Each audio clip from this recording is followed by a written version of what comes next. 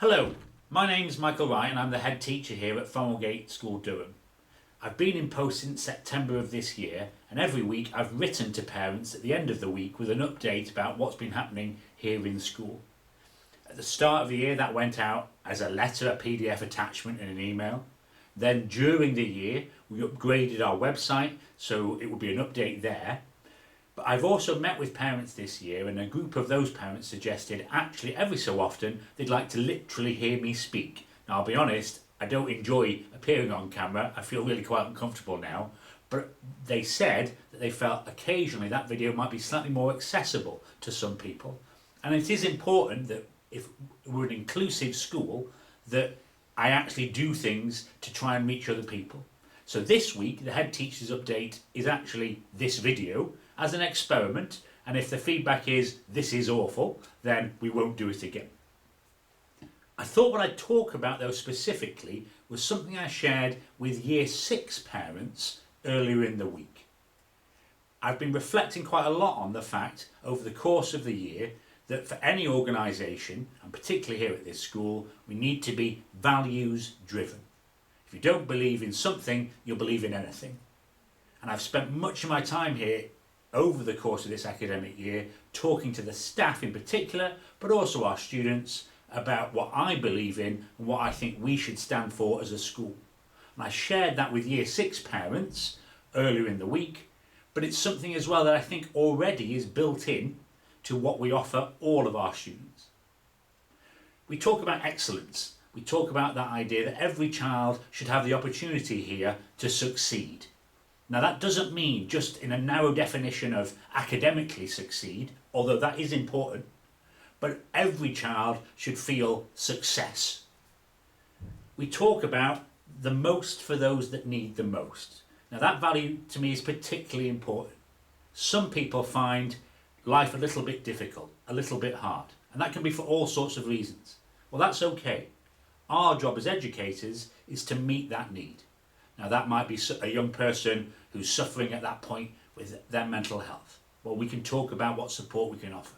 It might be someone who needs extra stretch and challenge to get those very top grades. Well, we can help that person too.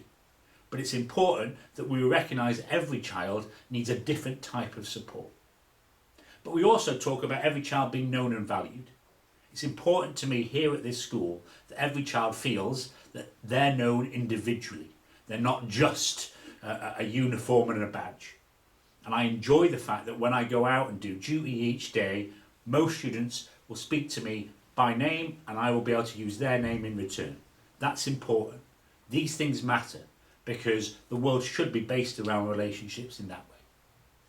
We also talk about collective endeavour. I don't think anything great was ever achieved by one individual doing everything just by themselves. It's working together that will experience excellence, success. And we talk about joy. We talk about that moment where something happens and it just fills you with that sharp, intense feeling of happiness, true joy. That can take place in the classroom when in a moment the child understands something. That might take place outside of the classroom. It might be on the sports field. It can be in the drama studio, on the stage. But every child should feel those intense emotions, and our job is to help make that happen.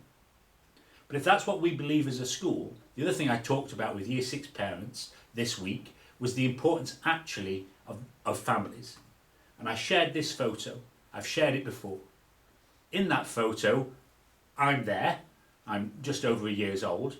But the person I would pick out particularly in that photo is my great-grandfather, who's holding my hand.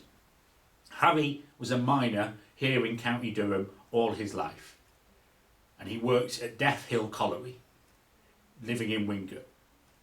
But when he was working in that mine, he carried out the body of his best mate following a mine collapse, and he decided that his children might look for a different life, not the danger and the fraughtness of working down the mine. So he decided that his son, my granddad, he was going to have to stick in at school. The education would be a path out of that community if that's what he wanted. My granddad used his education to get a different type of job. He then ensured that his eldest daughter, my mum, she would go to college, and that meant his eldest grandchild, me, would be the first person in our family to go to university. I share this story because family matters. Family matters, and the decisions families make around education influence not just their children in the moment, but they influence their children long after we make those choices. So I'd like to finish this video by just thanking every single family that's worked with and supported the school this year. It really does matter for your child in the moment, but it will also matter long after they finish their time here with us. Thanks for listening, and I hope that was useful.